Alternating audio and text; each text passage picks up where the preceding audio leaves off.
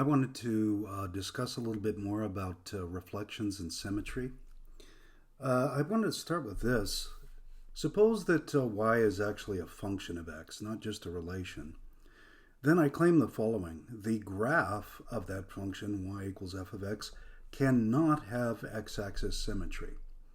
Now, if you guys think about why that would have to be true here, is the following. If I've got any point on the graph of the function, say coordinates x, y here, the x-axis reflection of that point would be what? X comma negative y, as you could see. Okay? If it actually had x-axis symmetry, both these points would have to lie on the graph, right? But what would that violate? That would violate the fact that what? The graph of a function passes the vertical line test. Okay, so I'd say a graph with x-axis symmetry would fail the vertical line test. What is the vertical line test again? That is what? Every vertical line intersects the graph at most one point. Okay, the graph of a real function will, the graph of a real relation will be a function if and only if it passes the vertical line test. Okay, so now I've got another question here. It says, find any symmetry of the graph of y equals x to the fourth plus 3x squared minus 2. Now you guys notice that this is definitely a function of x. So I got y equals f of x, where f of x is this polynomial function. Okay, so I don't even have to bother checking for x-axis symmetry, right? Since this is a function here, from what we've seen above here, I wouldn't even bother looking for x-axis symmetry. It'd be a waste of time. So instead, we're going to go maybe to what? Y-axis symmetry. Let's test y-axis symmetry. All right. Okay. Now, to test for y-axis symmetry, let's say the point xy lies on the curve, on the function. Then it's what would have to be true. Its y-axis reflection would also have to be on there. So let's make our drawing up here. Let's see, the y-axis reflection of the point xy would be negative x comma y, right? The y value would stay the same, but x would be replaced by negative x. And we said the test thing here, what we're going to do then is just go ahead and replace y by y. In other words, leave it unchanged. But we're going to replace x by negative x. And we want to see here if we get exactly the same set of points we have above. If so, then we've got what? Y-axis symmetry. Okay, so everywhere x has appeared, I replaced it by negative x. And then let's go ahead and simplify this. So we've got to take an extra step here, do a little bit of simplification. Okay, negative x, if I raise it to an even power, you guys see that we get what? A plus sign. So this is what this reduces to. And now, if you think about it here, wait, this is equivalent to the original, right? Therefore, what do we have here? It has y-axis symmetry.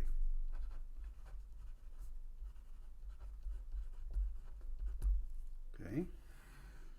Now, is that the only type of symmetry that it could possibly have? Well, let's see here. Let's test origin symmetry now. Okay, let's come over here. If I had the point xy on the graph, then the point on the other side of the origin would be what? Negative x, negative y. Okay, that would be the origin reflection of the point xy. Okay, so here what I'm going to do to test origin symmetry is do what? Replace y by negative y. Well, that's easy. And x by negative x. And see if this isn't equivalent to the original. And that's what we'd be doing. Okay, now we want to clean that up a bit here. I'll leave negative y alone. And then here, let's go ahead. This is exactly what we did when we were testing for y-axis symmetry on this side, isn't it? Okay, and now here let's go ahead and isolate y by multiplying on each side by -1. Then I would have it written in a sort of a standard form for what? Y is a function of x. Y equals f of x. Now go ahead, now look at this thing and compare that with the original. Are those equivalent, or are those the same thing? No. Okay, no, those are not, obviously not the same thing. I take a particular value of x, like 0 here and 0 here, I get what, 2 and -2 respectively. No, these are not the same, as you can see here. So what? It doesn't have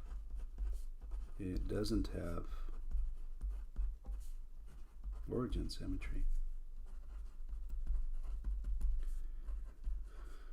So, just to show you the different types of tests that you can use on some of these, okay? Let's do another one here, all right? So I'm going to have the same goal. I'm going to have it look like this. Let's see. Let's go.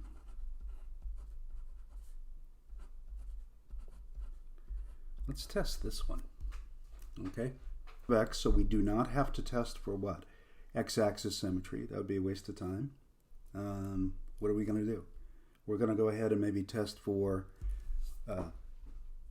y-axis symmetry first. Okay.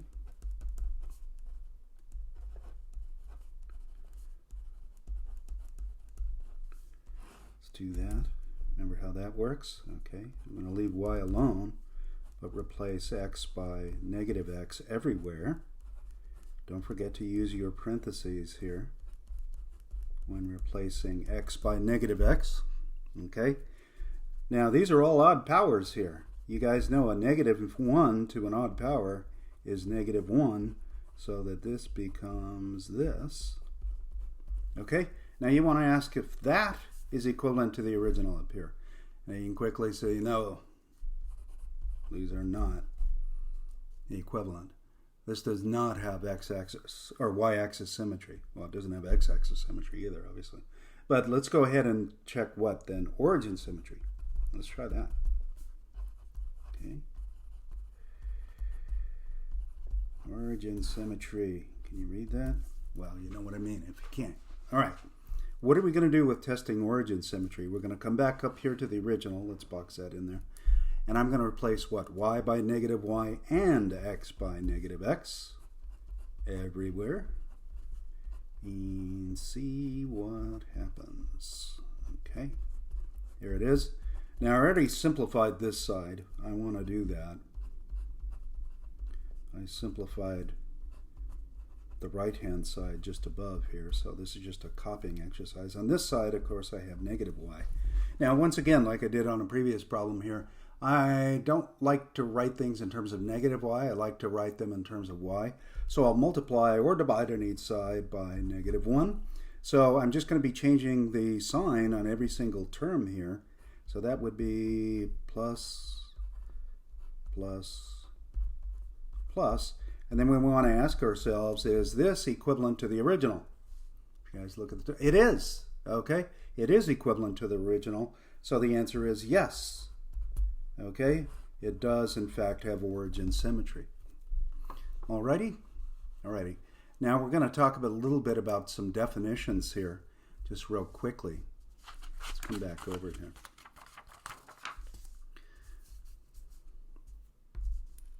A function with y-axis symmetry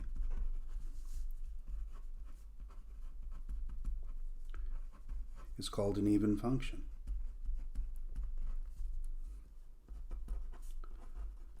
If you want to, maybe it's better to say its graph has y-axis symmetry, but whatever. It's called an even function.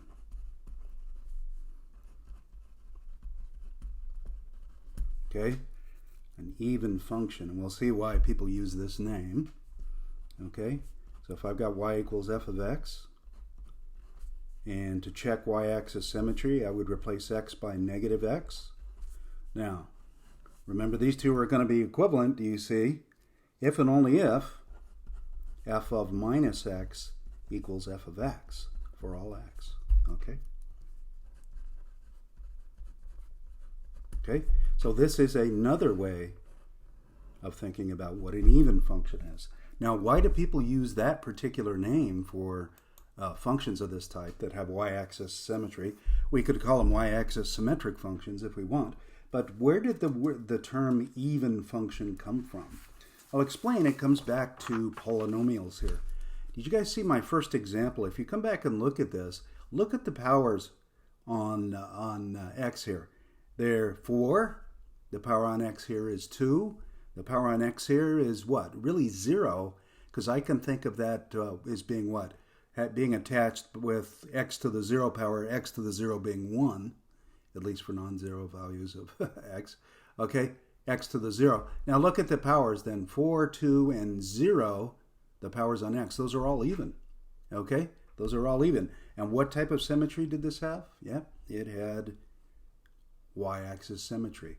Yeah, it just came back to the fact here that when we replaced x by negative x everywhere, because of those even powers on x, that what? The negatives disappeared upon simplification.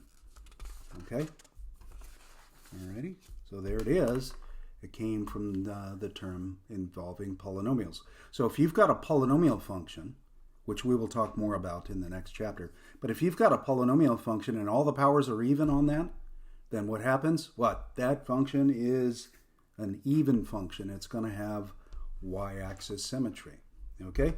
Now, let's talk about a second definition. Okay? A function with origin symmetry is called an odd function.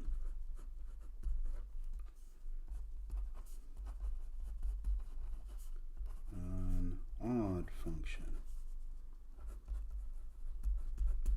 Again, we could use the term origin symmetric function, but we'll explain why people tend to use this term. Okay? An odd function. All right. Let's try this. Remember, if it's going to have origin symmetry, and we're dealing with y equals f of x, remember what we went through? We replaced y by negative y and x by negative x. Okay? Now, I can make that, now we want to see, that's supposed to be equivalent to the original, right? Okay? This is what would happen here. Y is negative of negative x, right? Moving this negative over to that side. In order for this to be equivalent to the original up there, what would have to happen is these two things would have to be equal. That would imply that what? F of negative x would have to be the same thing as f of x. Or if you want to move the negative over again, this is what? Like that. And this has to hold for what? All x. Okay? All x. This is universally quantified here. This is another way of defining an odd function here. So f of the function evaluated at negative x is the negative of the function evaluated at x. So it's like the negative is able to migrate outside the function. Now again, why do people use this term, odd function? Is that an odd term for that? Okay, bad joke. Okay, let's come over here. Let's take that we had this concrete example. This was what, our second example here, where we were testing for origin symmetry. Okay, the one where it was successful here, right? You guys take a look at this function. Again, it's a polynomial function. Look at the powers on x. The powers on x are what? 5, 3, and implicitly there's a 1 there, so it's 1. 5, 3, and 1, those powers on x are all what? Odd. Okay? And you guys see that if I have any function that satisfies the condition that all the powers on x are odd, that you're going to end up having a function with origin symmetry, because of what happens if I take a negative x and raise it to an odd power, it's what? It's negative x to that power. Okay, so it's satisfying this condition. Okay, so that's going to have origin symmetry. And just because of polynomials here, that's why we call them even or odd functions. All right, that's the origin of the term.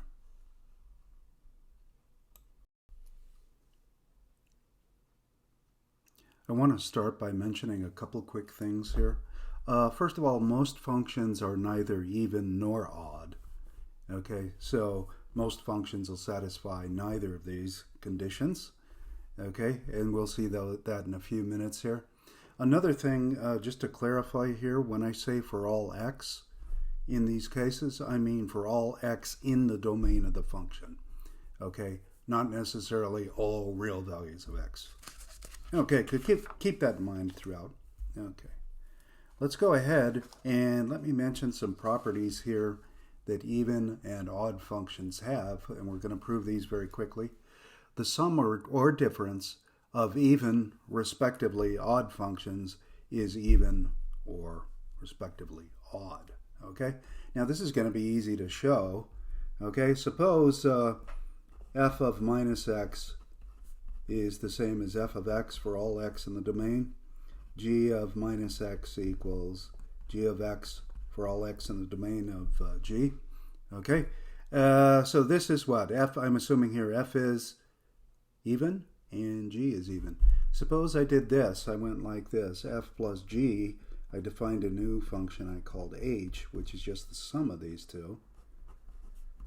Okay. Now, this is clearly going to be even also. This would imply that what? H of negative x is f of negative x plus g of negative x, which is f of x plus g of x, but that's just h of x. So looking at what? The beginning and the end here, these are equal, right? Okay, this holds for all x. Now here I might mention here the domain of something like this would be the intersection of the domains of each of these, because I'm assuming that these both exist in order to add them. Okay, so really we would say for all x in the common domain between f and g. Now this same idea would hold. The proof here would hold if we were dealing with odd functions, only we would have what? Negative signs in front of each of these. Okay, but those negative signs would migrate out front, and you would have h of negative x is negative h of x in the end. So the proof's just about the same. Okay, and the difference here, if I put a minus sign in there, that minus sign, and subtracting instead of adding, that would be carried all the way through as well, so that this proof just works just as well for a difference of even or respectively odd functions. Okay, a constant multiple of an even function or odd function is even or odd, respectively. This is also extremely easy to prove. Suppose my function is, say, f of x is even, so I've got this condition holding for all x in the domain of f. Okay, if I create a new function, I'll call k of x, which is just some constant c times f of x. So c there is a constant. K of negative x would be, by definition, c times f evaluated at negative x, but f at negative x is f of x, so that if you want to put a little dot in there for times, that would be okay, but it's not necessarily. Anyway, you guys could see that's k of x again. It's easy to see that the domain of k of x is exactly the same as the domain of f. Remember the domain? The set of all values of x for which the function makes sense, and the real numbers for which it exists, we say. Okay, so sum or differences, constant multiples. Okay, we would say parity is preserved, but that's fancy language. Okay, I want you guys to contemplate now, what about the product or quotient of even functions? What do you think that is? It actually turns out to be an even function. Okay, so an even function results. Okay, how about the product or quotient of odd functions? Well, that turns out to be even also. Okay, how about this though? The product or quotient of an even and an odd function is odd. Okay, and then we'll go ahead and prove those. This is going to be pretty easy here. Okay, I'm assuming f and g are even, so we've got these conditions being satisfied.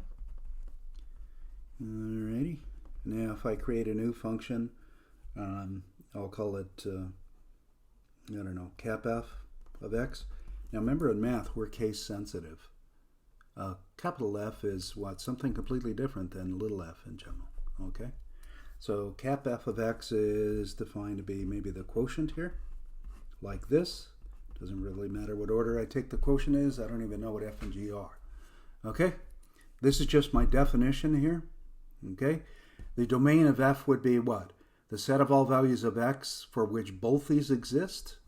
Okay? Both f and g exist. And what g of x better not be 0. So it's the set of all values of x in the intersection of the domains of these two with what? Any values of x which make g of x equal to 0 kicked out. Okay, removed.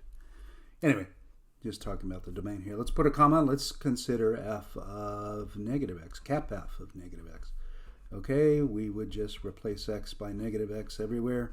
We'd be looking at this, but from the results above, we've got, and I recognize that critter. That's f of x. So the first and the last are still equal for all values of x for which this thing makes sense, what we just mentioned, that domain. So this is what? This is even. Okay? How about we do the same thing, type of thing here. Okay, there I took a quotient. Let's take a product this time just for kicks. Okay? Let's say this is odd, right? So that means that negative migrates out front. That's for all values of x in the domain there, little f. And let's say this comes out here. Okay, so these are both odd functions this time. Now let's take the product here. Let's call this thing cap g of x, maybe. Okay, and I'm going to define that to be the product of these two, rather than the quotient this time. Just so we see examples of both, how the proof works. Well, if I go like this, then g of negative x equals f of negative x, g of negative x. That would be negative f of x times negative g of x. You guys notice the negatives could migrate out front and they would cancel. So I've just got fg, f times g. And that's really what? G of x. Okay? What's the domain of this thing, by the way? This would be the set of all values of x for which both these exist. So it would be the intersection of the domains of these two. Anyway, coming back up here. So be what? F of minus x, or g of minus x is g of x, cap g. Okay, so this is what? The product is even. Okay, even though you started with odd functions there. Okay, in each of these, the product and the quotient arguments work the same way there. Gave you examples of both. Let's do this last one. The product or quotient of an even and an odd function is odd. Okay, suppose, without too much loss of generality here, let's say f is even, and let's say g of x is odd, so that migrates out front.